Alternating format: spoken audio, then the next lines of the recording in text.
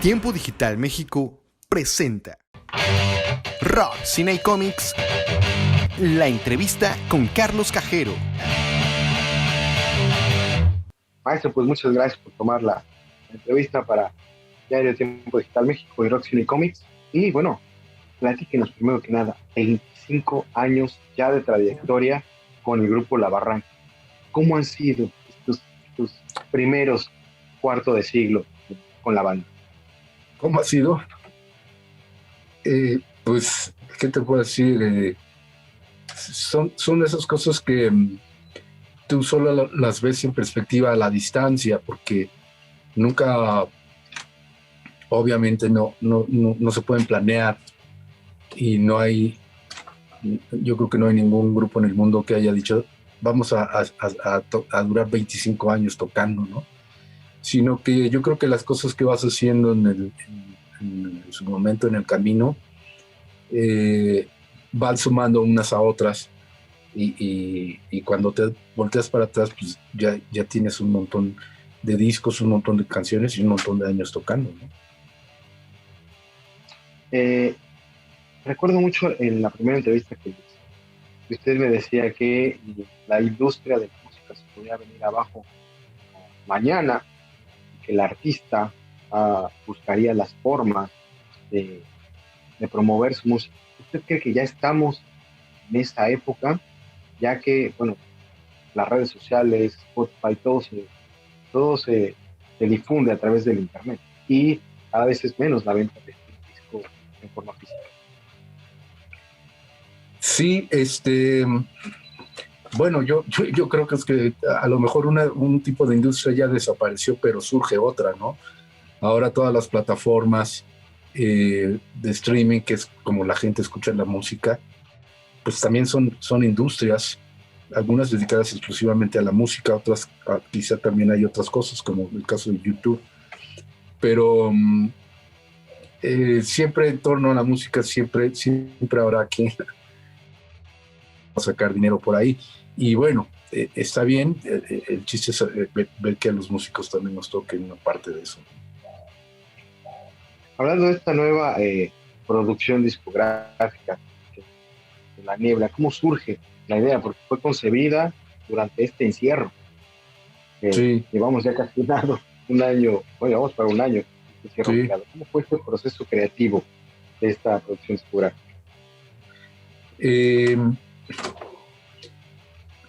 Pues es un disco que surge justo en medio de la pandemia y decidimos hacerlo, producirlo, grabarlo, incluso editarlo durante este año pasado, porque yo pensé que era una manera de mandar un mensaje musical, por supuesto, pero no solo por ahí, sino decir, como una especie de respuesta creativa a la pandemia. Es decir, bueno, el entorno, el mundo nos ha puesto en esta situación y nosotros como músicos hacemos esto. Esa es un poco la razón de ser del disco. Y como bien dice, se concibió, se hizo, se grabó, se produjo, se editó durante la pandemia y por lo tanto también creo que, aunque no lo haga de manera explícita, naturalmente refleja también su tiempo, ¿no? Como cualquier trabajo artístico, siempre, aunque no sea de manera consciente, a veces siempre hablará de su tiempo. Entonces, para mí este siempre será el disco que hicimos en la pandemia, ¿no? ¿Qué dificultades enfrentó para poder grabar, ¿no? Sí. Con esta alineación de músicos? Sí, naturalmente que no había la posibilidad de estar los 5 juntos en un espacio cerrado, no era muy sano, que digamos, no era recomendable por lo que ya todos sabemos. Entonces sí tuvimos que encontrar alternativas o mecanismos alternos para sí poder trabajar las cosas que tenían que trabajarse de persona a persona. lo que hicimos ahí fue subdividir al grupo y no necesariamente estar los 5 juntos, pero sí de pronto 2 o de pronto 3 de nosotros, pero sí estar trabajando juntos, porque encontramos que, sobre todo para cuando estás haciendo música nueva, hay ciertas cosas que no se pueden resolver con estas tecnologías como la que estamos utilizando ahorita, ¿no?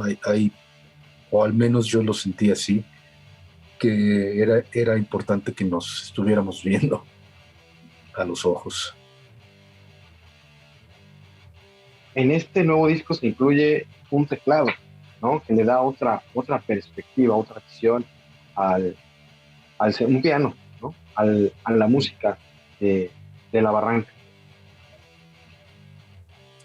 Bueno, ese piano ya está desde el disco anterior, que se llama Lo Eterno.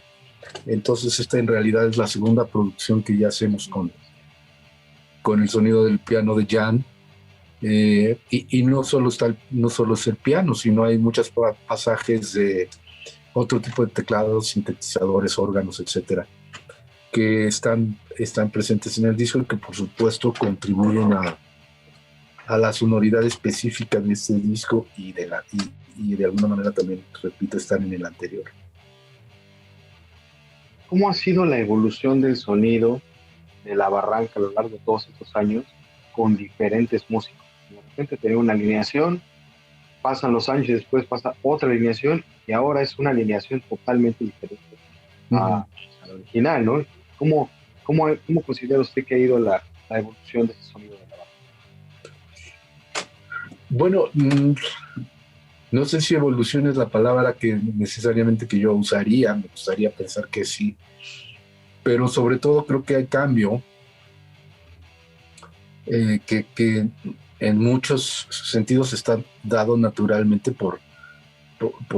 al cambiar de alineación, como le llamas tú, en un grupo pequeño de 4 o 5 músicos, al cambiar uno, naturalmente el balance de las cosas, la química interna se altera. Entonces, ya no digas al cambiar toda una alineación. Yo creo que parte de los cambios han tenido que ver con eso, pero también, por otro lado, con una especie de, si me permites llamarlo así, una voluntad interna de la banda de cambiar con el tiempo, de no repetirnos en la medida de lo posible. No hacer el mismo disco, no hacer el mismo tipo de canciones, no hacer el mismo tipo de arreglos. Entonces, eso también ha hecho que el sonido vaya cambiando de una etapa a otra y de un disco a otro incluso. Sin embargo, su guitarra sigue siendo el sello distintivo del grupo, ¿no? De una u otra forma, que es La Barranca. Pues no lo sé si aún lo sea, pero sí, por supuesto, somos un grupo primariamente de guitarras. A mí es un instrumento que me gusta muchísimo, naturalmente. Y sí, creo que siempre hay una presencia de guitarra en los discos. Lo que pasa es que también ahí yo he tratado de variar el protagonismo, incluso de la guitarra, por supuesto los sonidos y el enfoque, es decir, hay guitarra en este último disco como la hay en el primero, de La Barranca, que es El Fuego de la Noche, pero está utilizada de otras maneras, está persiguiendo otras cosas, está tocada desde otra perspectiva. Entonces sí, creo que, repito, yo soy guitarrista, naturalmente es mi instrumento. Siempre habrá cosas de guitarra en La Barranca, pero trato de que vayan cambiando la manera en que esa guitarra participa, ¿no? El año pasado sacaron 2 discos, ¿no? Fragor y Nocturno. Yo digo que extendieron el universo de la música de La Barranca. Sí. Se fueron por otros caminos, sí, inesperados, bueno, ¿no? Y sonó muy bien. ¿Cómo fue ese proceso? Fíjate que son 2 proyectos que separados, que surgen de manera independiente cada uno e incluso en tiempos y lugares diferentes, porque uno de ellos es una iniciativa de gente de la Banda Sinfónica de Aguascalientes y naturalmente es una cosa que surge allá y se desarrolla allá en Aguascalientes. Y esta idea surge en el 2016. Y el otro es un proyecto de música electrónica que se llama Nocturno, surge en la Ciudad de México. Eso es desarrollado por un solo músico, básicamente, que es DJ Norback, el alias de música electrónica de Jan Zaragoza. Y surge en otro momento también en el tiempo. Entonces son dos ideas, dos proyectos de aproximarse a la música de la Barranca desde perspectivas bien diferentes. Uno, puros instrumentos tradicionales acústicos y una orquesta tocada por 40 músicos, y el otro una cosa electrónica hecha básicamente por un músico con sus sintes virtuales y en su laptop, ¿no? Son dos cosas muy extremas entre sí, pero ambas miran a la música de la Barranca. Afortunadamente no hay canciones repetidas, entonces como que sí dan una panorámica muy extensa de posibilidades de aproximación a estas canciones que hemos hecho. Nosotros que por lo general están forman parte de una sonoridad más de rock, ¿no? Y estas dos otras cosas se alejan un poco. Pero bueno, repito, son iniciativas que surgieron de quienes las hicieron, y a mí me parecieron como aventuras musicales muy interesantes en las que podríamos participar, y al final así lo siento. Hoy en día como que el rock ha ido por otros caminos precisamente para encontrar como que un lugar. ¿En qué lugar pondría usted al rock mexicano en la actualidad? ¿A qué lugar lo pondría? No, eso yo no lo voy a hacer, eso hazlo tú. ¿En dónde está? Porque me parece que a veces falta, ¿no? Este aventarse, ¿no? Hay muchas bandas que no han sacado, y me pareció un acierto que la Barranca sacara esta producción discográfica con temas originales y además renovando otros temas ya de la banda. Entonces, ¿cree usted que el rock mexicano está adormecido? ¿En qué etapa está? No, como que se cortó al final, no te entendí la última parte. Que si el rock mexicano está adormecido, el rock mexicano está latente, o qué pasa con el rock mexicano. Bueno, es que mira, yo creo que de pronto rock mexicano es una designación muy amplia, pero que también se ha convertido un poco en una etiqueta. Entonces yo creo que hay que distinguir en qué contexto lo estás usando, porque cuando hablas de rock mexicano, normalmente como etiqueta está asociado con un movimiento que tuvo repercusión en la industria del disco y como fenómeno comercial a finales de los 80s, principios de los 90s, y que tiene que ver con sellos específicos de discográficas que impulsaron este movimiento, que también se le conoce, aunque ese era ese era un nombre específico de una disquera, pero se le conoce también como rock en tu idioma. Entonces, eso para muchos, eso es el rock mexicano, repito, como etiqueta de género o de un movimiento muy particular que se ubica incluso en ciertos número de bandas y ciudades. Ahora, como una designación general, el rock mexicano es mucho más amplio que eso. Lo trasciende en el tiempo, en el espacio, y además es una cosa que no pertenece al pasado, porque este movimiento, repito, sí, efectivamente, es muy localizable en el tiempo. Surgió a finales de los 80s y terminó a mediados de los 90s. O sea, estas bandas con muy honrosas excepciones, ya no produjeron después de 1994, ¿no? 95. Sin embargo, sigue habiendo bandas de rock, sigue habiendo músicos que quizá no tienen la visibilidad mediática y comercial que tuvieron estas bandas de las que estamos hablando. Pero eso no quiere decir que no existan y que estén haciendo cosas ahora que quizá hay que buscar un poquito más, hay que levantar algunas piedras para encontrarlas, pero yo te garantizo que ahorita se están haciendo cosas y que hay músicos jóvenes interesados en trazar su propia historia, su propio camino. Y son dos cosas diferentes, ¿no? Okay. Maestro, ahorita con tanta tecnología, con tanta plataforma, ¿no le ha surgido la inquietud de dar clases en línea? Porque hay muchos guitarristas que les gustaría que usted fuera su maestro de guitarra. No, yo lamentablemente soy poco didáctico, no se me da mucho eso de dar clases, y creo que hay muchos otros guitarristas que lo hacen muy bien. Pues es un terreno ya muy competido en el que no me interesa realmente entrar ahí, ¿no?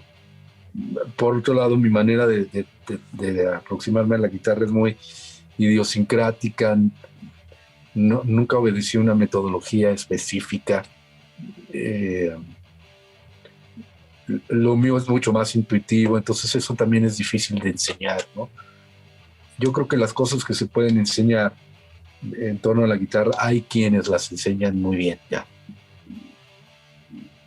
¿Cómo fue su primer acercamiento con Hay una otras guitarra?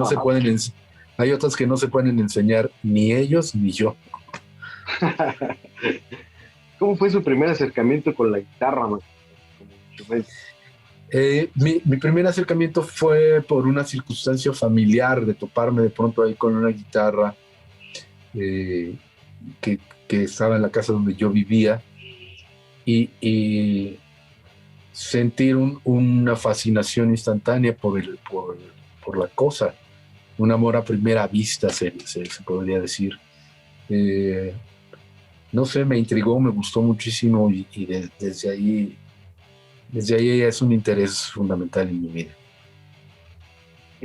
Usted me acaba de decir que es un poco más de instinto, ¿no? ¿Cómo practica? ¿Cómo se sienta José Manuel Aguilera a decir, bueno, voy a componer una canción, o primero empieza a solear? ¿Cuál es el procedimiento creativo de José Manuel Aguilera para componer una canción? Sí. Fíjate que, así como lo dices, casi lo describes, a diferencia de muchos colegas músicos que sí tienen una rutina muy específica de ejercicios y de ejercicios y de escalas que utilizan, etcétera.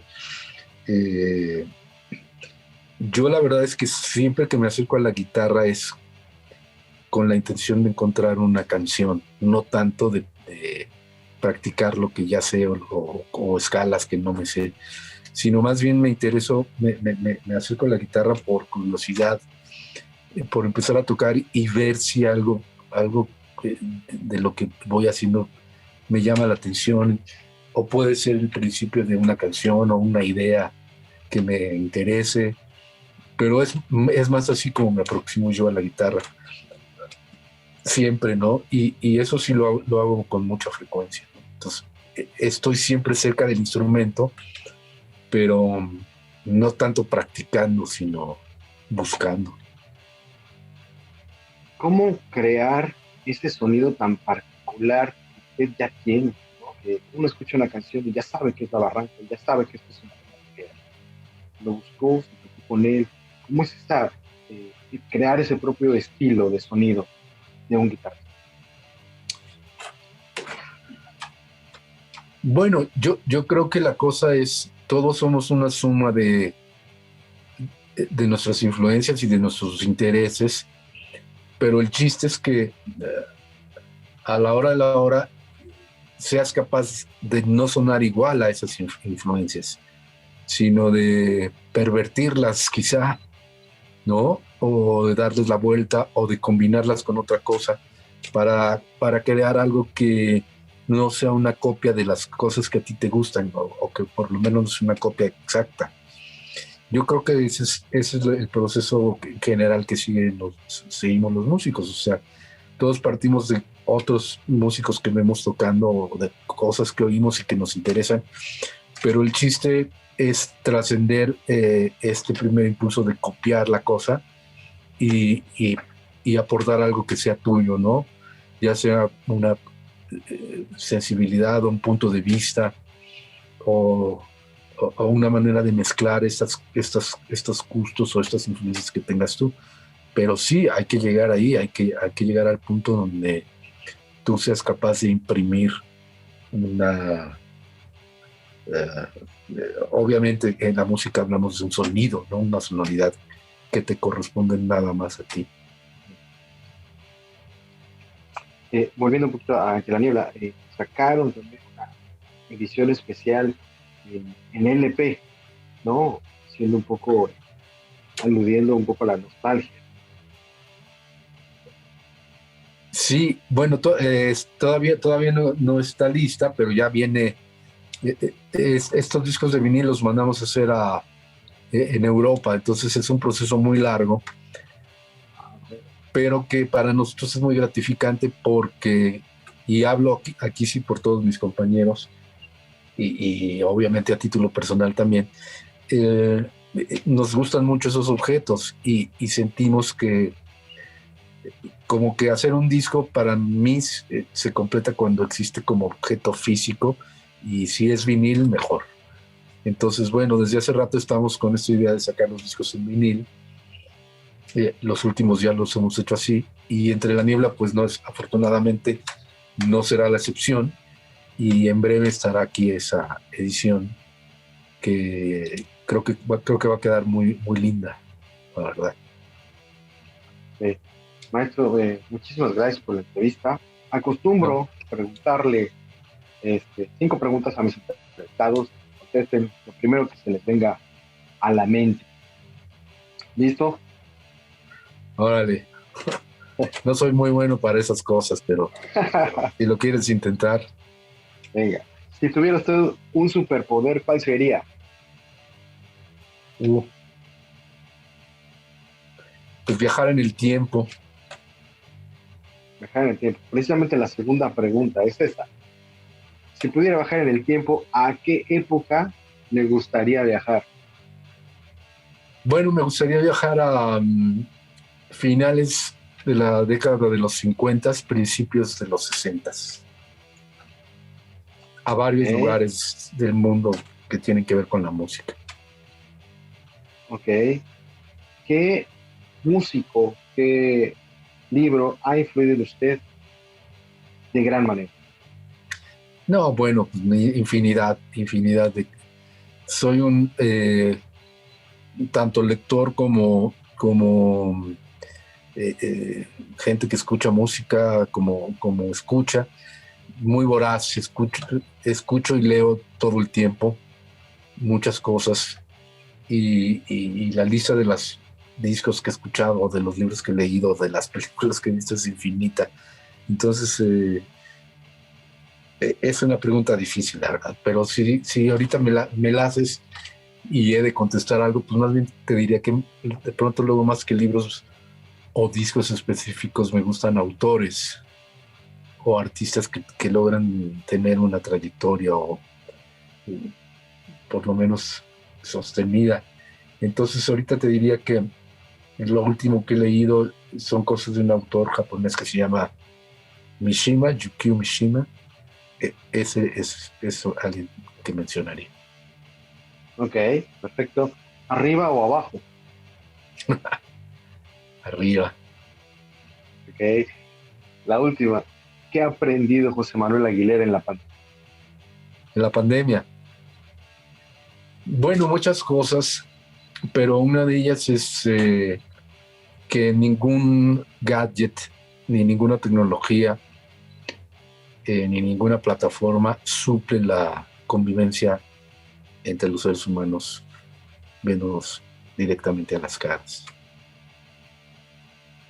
Maestro, muchísimas gracias. Siempre es un gusto platicar con ustedes. Siempre es un gusto gusto Bueno, entrevistarlo y espero que algún día pueda leer la tesis que fue por el motivo que lo entrevisté la primera vez. ¿Recuerda? exacto, sí. ¿Ya Espero algún día terminaste, poder. ¿Ya terminaste con eso? Ah, bueno. Ya quedó. Hice un recuento precisamente de la historia del rock en México. Desde rock and roll, pasando por punk rock, pasando por rock en tu idioma, hasta, me quedé hasta 2005, que fue cuando terminé la universidad. Muy bien, pues luego me harás llegar en un ejemplar. Claro que sí, maestro. Muchísimas gracias. Órale. Estamos en contacto. Muchísimas Saludos. gracias. Buenas noches. Que estés bien. Bye. Gracias, hasta luego. Bye. Está